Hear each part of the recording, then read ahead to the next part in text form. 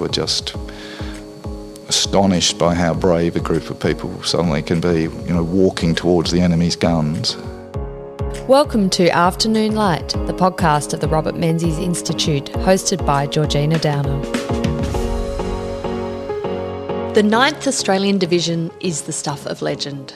They fought in the critical World War II battles in Tobruk, Alamein in New Guinea and Borneo. Winston Churchill said of the Australian 9th Division that they saved the day at Alamein. They ended up suffering more casualties and receiving more decorations for bravery than any other Australian division during World War II. One of the infantry battalions in the 9th Division was the 2nd 43rd Battalion, which included Don Company.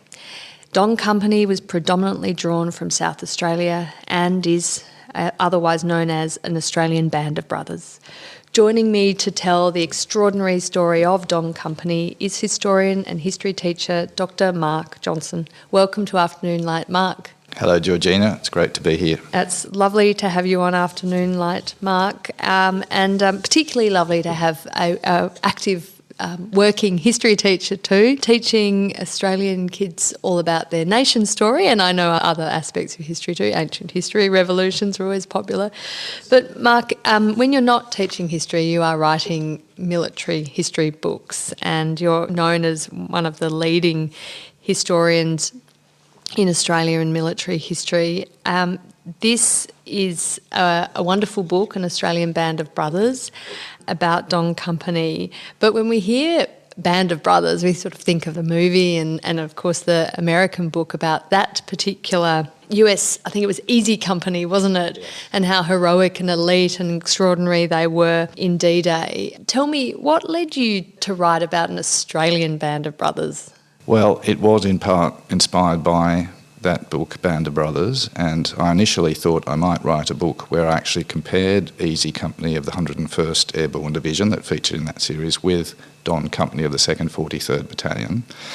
But after a while of writing this book, I thought that is not really going to work that well. It's not quite so fair to the Australians to be spending a lot of time on a comparison with the Americans that many people knew about anyway.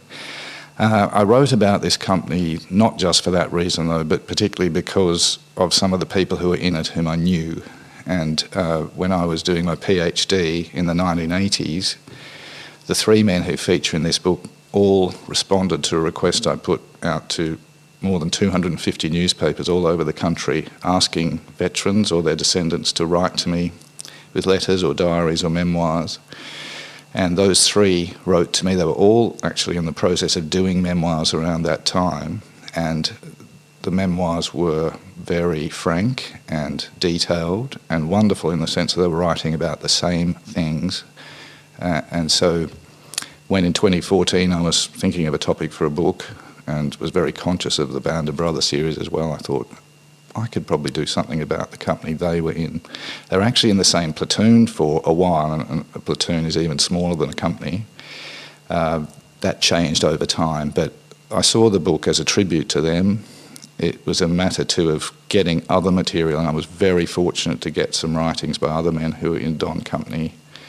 And so I had this material to write about the experience of a company that had downs as well as ups, and as one of the three, a man called John Lovegrove, said, I was able to write a warts and all picture of an Australian company on the basis of what they'd written and given to me, and letters they'd written to me as well. Tell me about Don Company, because there may be some listeners who will know all about platoons and battalions and companies and divisions, but I am not one of them, as we've just had a small blip before where I clearly didn't know. Tell me about how Don Company fit into the, hierarchy of the infantry. Yeah. That's quite understandable, and it's a bit of a barrier for a lot of people in trying to read military history, needing to know about the units.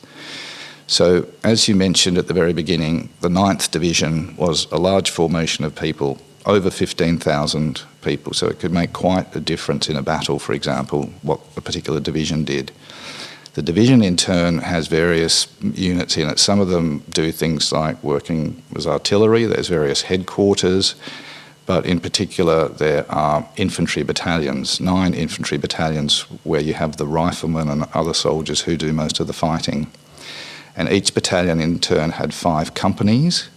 One of the companies was involved in things like transport and engineering work, communications, but the other 4 were called rifle companies, and they were designated A, B, C and D Company. D Company was code was Don Company. So that includes about 100, 120 men, and they are right in the front line. So they're commanded by a captain or a major. They have 3 other officers, lieutenants, and so if you're talking about battles that Australians were involved in, the companies are very central to that fighting. Yeah, yeah. So Dong Company comes from South Australia initially. Can you tell me how it came to be put together? And Yes. Obviously the 3 gentlemen you end up meeting in the 1980s, who would have been in their 60s, I guess, at that They stage. were. Yeah. They're at a similar age that I am now, which is kind of interesting. So if you asked a veteran, there's not many around now sadly, but if you asked a veteran, say in the 1980s when I spoke to them, if you said to them, what unit were you in World War II? If they were in the infantry, they'd probably say the battalion they were in. So they'd say I was in the 2nd 43rd Battalion. So that was formed in Adelaide in 1940, and the companies that I just mentioned were part of that battalion. So as it happened, these 3 men were assigned to Don Company, and in particular to one of the platoons, 18 Platoon, which is the last numbered platoon in the whole battalion. The 3 men involved were Alan Jones, John Lovegrove and Gordon Coombe. They were all men in their 20s, as most Australian volunteers were for the AIF, and it's very important to note that all the men in Don Company volunteered to be in it. So it was a specifically voluntary company as opposed to other ones that might have been professional, I guess. Well, that's a good suggestion, but there's only 3,000 soldiers in the permanent army at the start of World War II. Yeah. So they're the regulars, the professionals. Yeah. There's 80,000 people in Australia who've joined the militia, the citizen military forces, so they are in what's really the equivalent of the Army Reserve today. They can be called up if there's an emergency. And Australia had very successfully encouraged people to join the militia in the lead up to World War II because of concern about Japan's imperial intentions. And so when the war began in 1939 and Prime Minister Menzies said that Australia would raise a force of 20,000 volunteers, it actually proved quite difficult to get these volunteers, harder than in the First World War where there'd been a rush. But it was these volunteers and the ones that followed, especially in 1940 after the fall of France, who formed the second Australian Imperial Force, an all-volunteer force to go overseas. And of course the first one had been the one that earned fame at Gallipoli and on the Western Front. So just as in World War I, all our soldiers who served in the European War were volunteers. So that applies very much to these 3 men, the other members of Don Company, and in turn the 2nd 43rd Battalion. They chose to go. Now you knew these 3 gentlemen, so you would have, I'm sure, interrogated them as to why they volunteered, because they would have had relatives who were involved in World War I and would have, brought home pretty harrowing stories. So they would have had a sense, presumably, of what they were going to be up against if they were sent to Europe and the Middle East, as they end up being sent to. Why do it? Well, I think it's important to note there's 3 main reasons why people join, Australians join. One is adventure, the chance to go overseas, see things that they wouldn't because of their station in life, and that applied to all 3 of these guys, especially John and Alan. Another one is a sense of duty to their country, to the empire, and a third one is wanting to be part of the military tradition of Australia, wanting to be an Anzac, to make history. So the 3 guys, 2 of them I'd say were working class people. Alan Jones was a motor painter living in Renmark. John Lovegrove was a clerk in Orroroo working for elders, and Gordon Coombe was a clerk in the Parliament. Each of them, patriotism was part of it, a sense of duty. So was adventure, I think, and to some degree so was wanting to be part of history, seeing themselves as doing something historic. So yes, it's a combination, but it wasn't sort of gung-ho patriotism. I think Alan in particular said, I'm not really political, but he said at one point, I got caught up in the patriotic fervour. Yeah, and was there a sense, I think you say Gordon Coombe, he didn't want to be sheltering behind those boys' backs, so he didn't want to feel like other people were protecting him. He wanted to be the fighter, the protector. Yes, so I think that would be a case of peer group pressure, being a little bit a part of it. He was deeply in love with a lady called Margaret Ely, and they were talking about marriage, and he was quite guilty towards her too in saying, look, there's this very strong pull to go and serve now that the war's begun. He couldn't resist that. Did they talk about the danger they would encounter? I mean, did they have a sense that there was a real likelihood that they wouldn't come home? Well, John talked at one stage when he was on the train going to Melbourne where they were going to catch the ship, looking at the men that he was in charge of, because he was a corporal in charge of about 8 or 10 men, and thinking how naive and innocent they were. And he said in retrospect that applied to me too. They sort of didn't think it would happen to them. We talked earlier about people not joining up, and I think there was a sense of the danger, but young men, guys in their 20s, are the ones who are most likely to think they're indestructible and be able to get through okay. Yeah, no, it's still very, very much the case. So Don Company, it starts training in South Australia. Yes. Is it in Woodside they Yes. start? Yeah, which Yes. I know very well. I grew up in the Adelaide Hills, and Woodside is literally down the road from Yes. where I grew up. Tell me about those experiences, training. I guess it was quite fun, probably.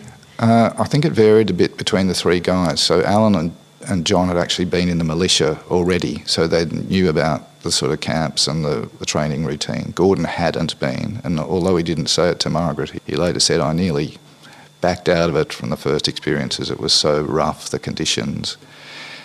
Many of them got sick with respiratory diseases. You know, the colds and flus just ran through.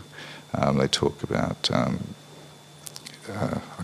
dog's disease, I think they called it, where they were barking because of like these croup. terrible coughs that they got. Yeah. So it was a shock to the system for the very new guys, but also having to take orders from people. Australians don't like that generally. Probably people all over the world don't, but Alan said the idea of having to salute was a bit of a shock, and they weren't very good at it. And there's one point where John is in Cairo, I think it is, in Egypt, and they meet some British officers who say, why aren't you saluting? And he said, well, they, of course, got back chat from us as soon as they said that. So, there's the whole issue of military discipline, poor food, lack of leave. So that's a bit of a challenge. But by the time they go away at the end of 1940, they're raring to go. They really want to go overseas. They really want to prove themselves. Now, the 9th Division is sent to the Middle East initially. Was that controversial? What did the commentary say at the time? It's not really controversial. The first RAF went to the Middle East, of course, at the beginning of World War I. Italy entered the war in June 1940 when France fell, and of course Italy has imperial ambitions in Africa, so it's not that surprising that there'd be troops sent there. Some Australians were sent to England, some of whom ended up in the 9th Division, but not these guys, and I think they just took it. They'd go wherever they were sent. Right, yeah. And when the Don Company arrive, I think it's in is it Qasr? How do you say that? Qasr in Qasr Palestine. in Palestine. You've got written here 4 a.m. on the 4th of February. Wow, okay. They sort of got a quick rest, didn't they? And then were woken up by 9 a.m. Yes. By a rather familiar visitor. Yes, so they had to prepare for a parade at 10 o'clock with the Prime Minister, Robert Menzies, and they weren't very political people. I think it says in the battalion history they recognised that it was a good thing the Prime Minister had come to visit, but not on that particular day. They'd been travelling for 36 hours straight to reach that camp, and then got up at that early hour And so they were always a bit cynical about politicians of every ilk. It's the same when Labor's in power later in the war. But yeah, I think they appreciated the gesture, but not the fact they had to parade. You have a quote from not one of the three gentlemen you profile, but Corporal Rex Kidman, and he remembered of Menzies and General Blamey, who was accompanying him. After an hour of standing in the sun, they drove quickly by in a closed car and didn't even look our way. They were really popular. and is it so? Alan Jones, he's the one who sort of, I guess, considers himself quite left-leaning, and so probably not a traditional Robert Menzies supporter. He was pretty leery of Menzies for, selling pig iron to Japan, and obviously Menzies earns the moniker Pig Iron Bob, but there were those sentiments, of course. There were, but I don't think Alan was that sort of party political anyway. He was pretty cynical about all the politicians, I think. And there's a great line from him somewhere where he says, most of us didn't look beyond the end of our rifles when it came to thinking about political things at that time, although they did sometimes discuss what the world would be like afterwards. And one of his mates said, well, I hope the mateship we've developed here is something that will be the basis of a future Australia, which turned out to be a false hope from his mate, he said. But yeah. Tell me about the accounts that the diggers give you of the battles at Tobruk and El Alamein. I mean, these are very, very famous battles. That, of course, are definitive battles. And I mean, I have that quote from Winston Churchill saying that the 9th Division saved the day. Yes. At El Alamein. So, what did you garner from speaking to the diggers? They end up being sent to Tobruk in early 1941, replacing the 6th Division, which was the first force sent overseas in the AAF and who did magnificently in Libya. But then just before the whole of Libya was occupied by the British, Winston Churchill decided that he must send a force to Greece.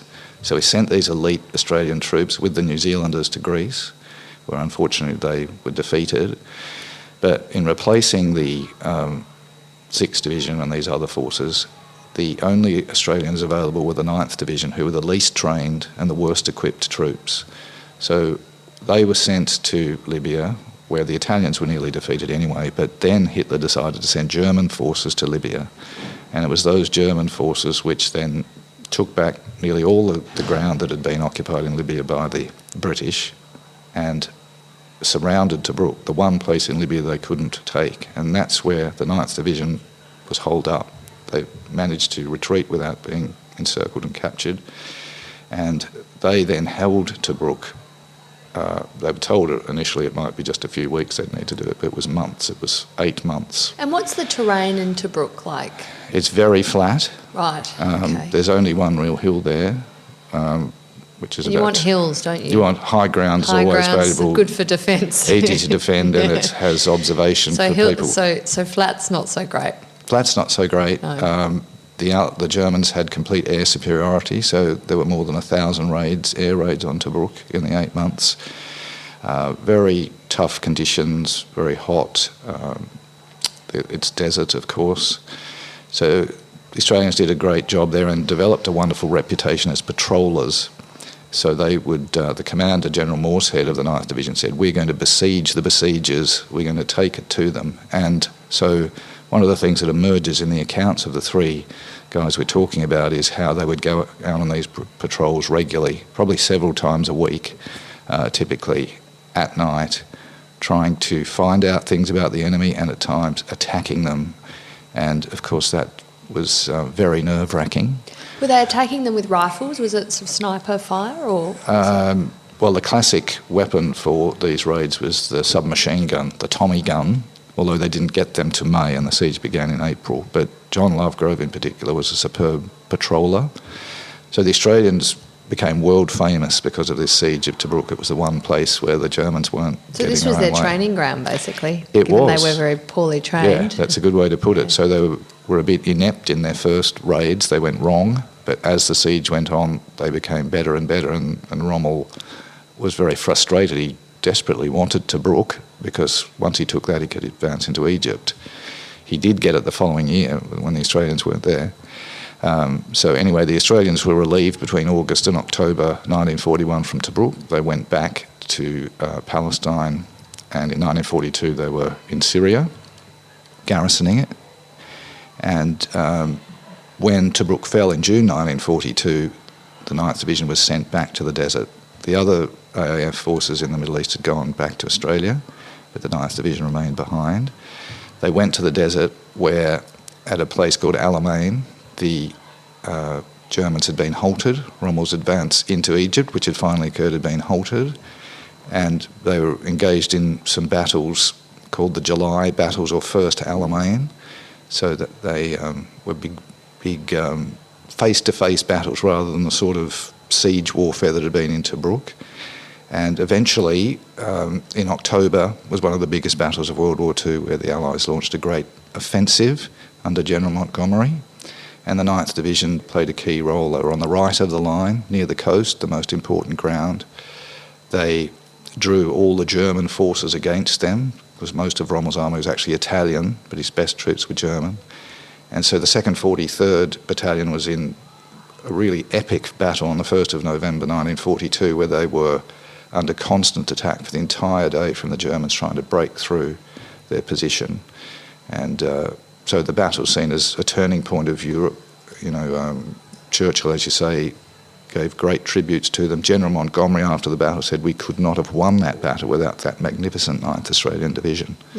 So, and again, they were using the Tommy guns. They were to attack the Germans. A big part of this battle was artillery, so that the Australians, for example, if they were being attacked in a particular position, could call down 300 artillery pieces to fire on a spot to protect them or to help them attack. So it's a huge battle, thousands of tanks, hundreds of thousands of men.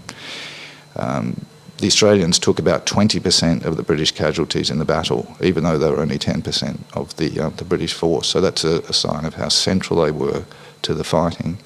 And Don Company was right in there. So these men, these three guys, all played a big role, although Gordon was wounded in the earlier fighting, and so he wasn't in that battle. Right, yeah. So how long did the three men stay in the Middle East for?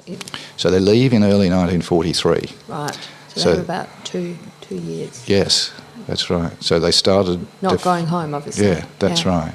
And that was against their wishes. Of course, they would have loved to have gone back a year earlier when the 6th and 7th Divisions came back and ended up fighting on the Kokoda track. But for various reasons, they stayed behind in the Middle East. Were they getting news of the threat to Australia and the fall of Singapore? And so that would have been terribly frustrating for them that they weren't there to protect their own country. Frustrating and upsetting. And some of them were also getting mail from home from, wives or girlfriends and fiancés saying, "What are you doing? Why aren't you back here?" Some got white feathers in their letters, or engagements were broken off. This sort of quite remarkable thing where they had absolutely no say in it. So, and Gordon Coombs by this stage is home, is he? No, he recovered from his wounds in the Middle East. And, he just wasn't at Alamein. Yeah, so he was in the July fighting in Alamein, the first Alamein. He got wounded. Before we go on, I did have a question though. Why were they called rats of Tobruk? What was the sort of rat element of this? So there's a guy called William Joyce. He's an Irishman who helps the Nazis in Germany giving radio broadcasts. The Allies called him Lord Haw-Haw. Oh, yes. Yeah. And on his station there was nice music, which the soldiers everywhere liked to listen to, but he also gave propaganda messages like, "You are doomed, give up," sort of thing. And one of them was, "You guys are rats, you're trapped like rats in a trap, you guys in Tobruk." And the Aussies and the British thought that was funny, said, "Yes, we're the rats of Tobruk." So that's where it comes from. So we can thank Lord Haw-Haw for that. That's right. Yeah. Can you talk about the appeal to bring Australian troops back home? Because that is quite a critical point in the war? Obviously, the personal element we talked about, but in terms of the sort of, what was it? Was John Curtin by this stage, who was Prime Minister of Australia, doing to try and get the troops back, or was there sort of an acceptance that we had to be led by the British as the leader Just of do the what they empire? tell us. Yeah. Well, as I say, the 9th Division stayed behind for about a year after the other divisions were called back. Churchill was willing for them to go back, the first two, but he wanted them to go initially to Java, but when it was apparent that was going to fall, to go to Burma. And Curtin was the Prime Minister, but the real insistence was from General Sturdy, our Chief of the General Staff in Australia, who said we need those troops back in Australia. And of course there was a big debate that ended with the Australians back here. But with the 9th Division too, the government was pressing the British to release it. But Churchill quite rightly said, we desperately need that 9th Division in the desert, and that proved true given their role in the Alamein campaign. But after that, the Australians were returned. So no harm was done in the end. It worked out well, but there had been that big dispute in 1942. Yeah, I mean, you have a quote from Alan who says, the week after Singapore falls, naturally we'd like to be somewhere where we could do something about the Japs, but we've just got to do as we're told and go where we're sent. That's sort of fatalistic, isn't it? Yeah. I think that's what they accept when they join up, most soldiers, that they're not going to be able to have any say about the strategic situation. They do return, so from battlefields in the desert in the Middle East to the jungles in the Pacific. I mean, it couldn't have been a more different environment to fight in. How did they transition? Well, they transitioned well in the sense that they continued to be very effective soldiers, but they found it very hard. It's interesting, John had found the patrolling very hard and being a leader very fatiguing in the desert, but he said too, the thing with the jungle warfare was it was eerie. There was an unnatural silence a lot of the time, and there's also, because you're walking through dense jungle, a feeling that people could be waiting for you everywhere. And Alan Jones made an interesting comment that he was sent at one point by an officer to go and check out a building where they crossed a river, and he didn't find anyone in there, but he came back and talked to the officer, and he said, I came to the realisation that I'd been sent in there as bait, basically to see if someone shot me. And he said, that made me realise that the way jungle fighting worked, and many people didn't really work this out, was that some people had to be sent forward always to see if they'd be shot at. See, in the jungle, a big difference, of course, in movement is, unlike the open spaces of the desert, people are moving along narrow tracks mainly because they can't use the dense jungle. So whoever's at the front is in great danger of being shot at. Gee, yeah, that's pretty grim reality to be the one at the front. And of course the climate was absolutely it's innovating. malaria, it's humid, in a way that wet heat, humid, hot heat is almost harder to withstand than the dry of the desert, isn't it? Absolutely, that's what they talked about again and again, how they were drenched either with rain or with their own sweat. Yeah. And they carried more as well, was one of the things. So, yes. So they're fighting New Guinea? Yes. And that's quite a really definitive battle, isn't it? Against the Japanese now, not against Hitler's German and Italian troops. Yes. What's the nature of that battle like? So they come to the fighting in the second half of 1943. So the Australians have already been fighting the Japanese for a full year and a half by then. So there's quite a lot of experienced Australians. And Alan talks about some veterans from the 6th Division coming and talking to them before they go. And this is the elite division, isn't it, the 6th Division? Yeah, well, actually the 9th now has a reputation as probably being the best, right, because they've done Tobruk and Alamein. But the 6th had been in Kokoda and other big battles. And Alan said... And where was the 6th Division from? Were they all states. Right, so they weren't geographically. So most of the battalions were from New South Wales or Victoria, but there were other battalions from other states. But anyway, these 6th Division troops, when they told the Australians what to expect for the Japanese, how they fight to the death, play dirty and so on, Alan said, well, we were really scared when we went into our first action about how the Japanese would be. But as it happened, when they did fight them in an area called the Huon Peninsula, which includes the town of Lae, the Japanese didn't fight very well. They retreated very rapidly. The Australians felt that their weapons were inferior.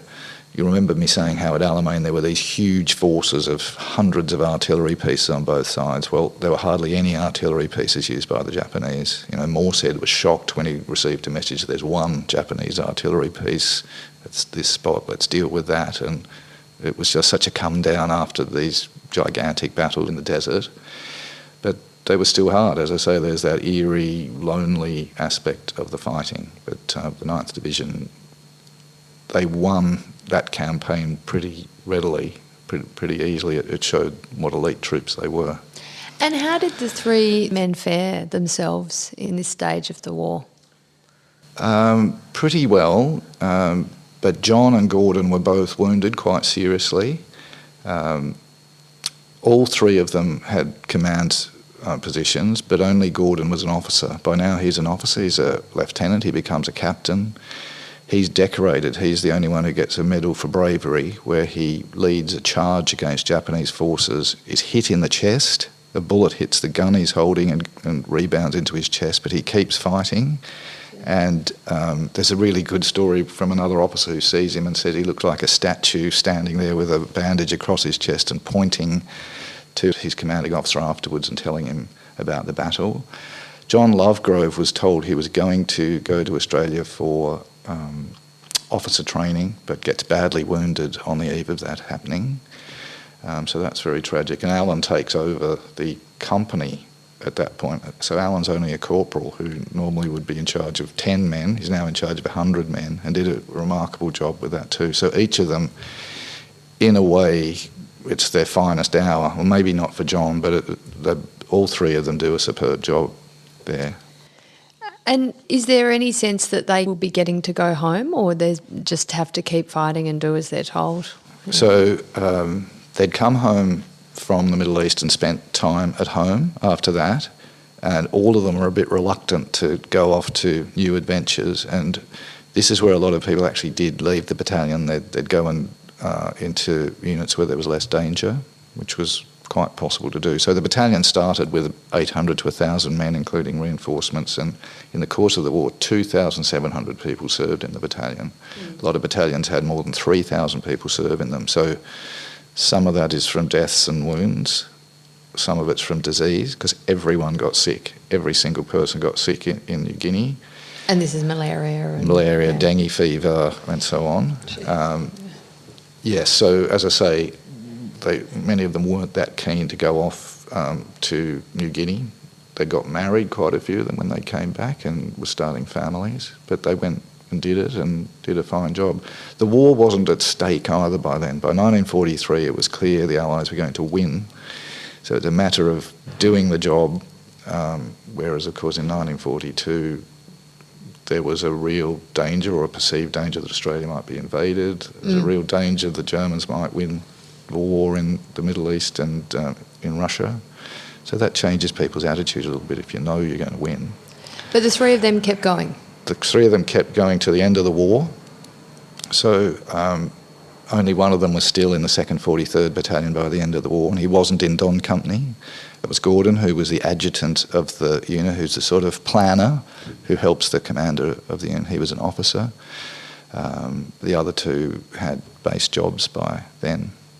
Which were less, obviously... Less strenuous. And less dangerous, I can imagine. And their health wasn't great. That's the other thing. So Alan was involved in training. So... If they've been wounded and ill many times, they can't have been in the best of health. No.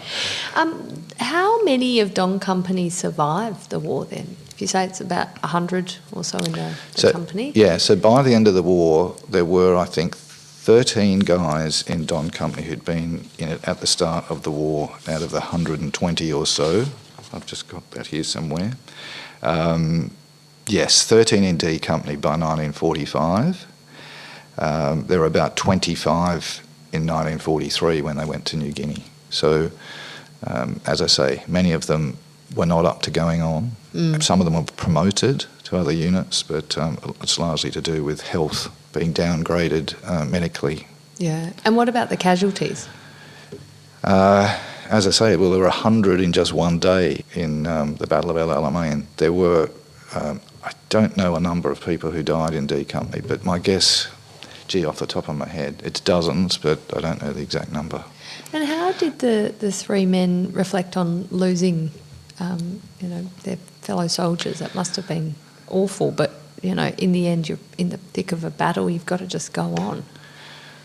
That's a good way of putting it, because I think it's Alan says somewhere, we didn't cry in that generation about that sort of thing. But he noted too that after the war they had a lot more time to reflect on it, and that all of them felt war guilt. That was a sense, why did I survive and not the guy who was next to me and got killed? And so all three of them lived a normal life after the war and were quite happy. But all three of them, and John especially, told me if he saw war things on TV, it could upset him, and they did reflect on the men who'd been their, blood brothers, as it were, who didn't make it. Yeah, yeah. I mean, in Band of Brothers, they talk about brotherhood, don't they? And we in Australia, we talk about mateship. Is there a difference, do you think, or are they? I mean, is it just cultural or terminology?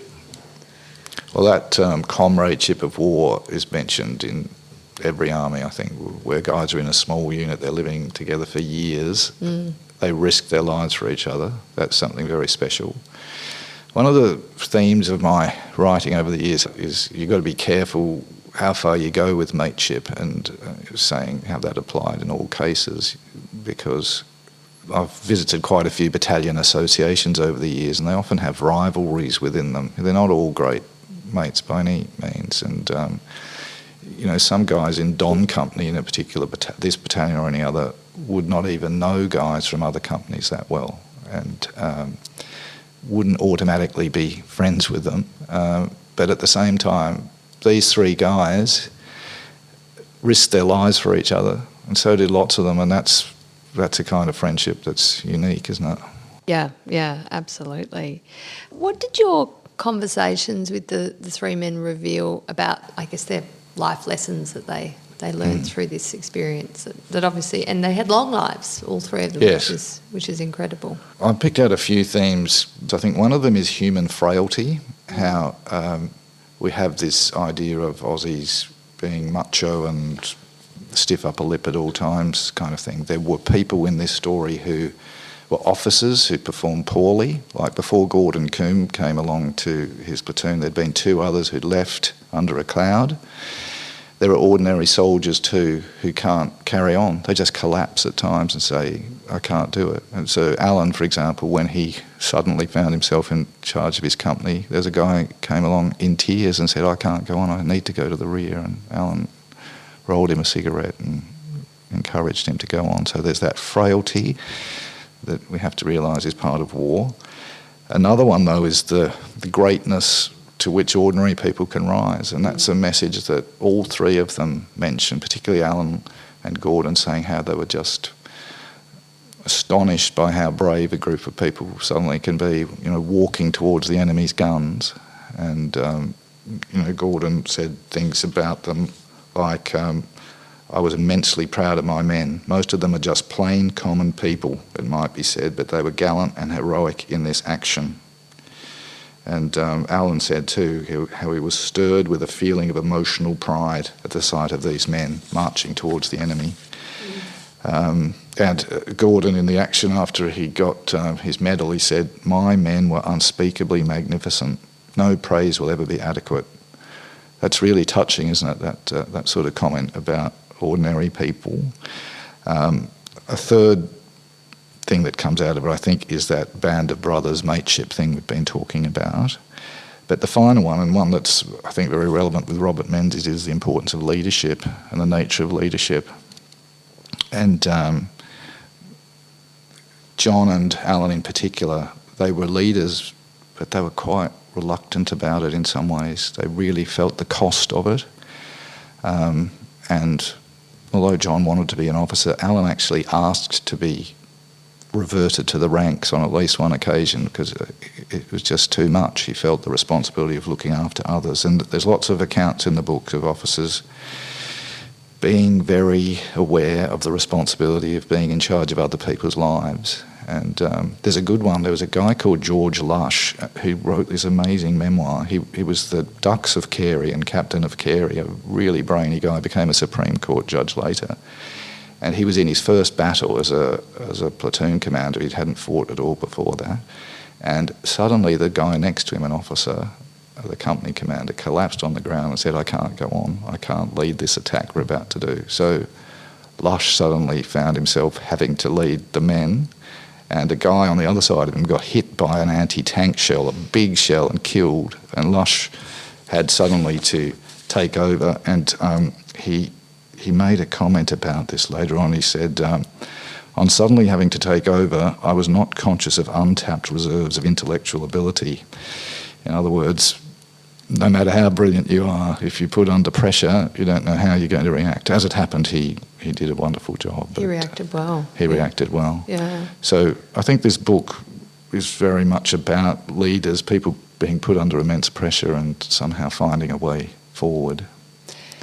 These three men returned to South Australia? Yes. You're right that Gordon returns to his old job, doesn't he? At Yes. the South Australian Parliament. He works for quite a few years, 26 years, I think. And, Yes. And then he's given honours on his retirement, so such was his contribution. Yes.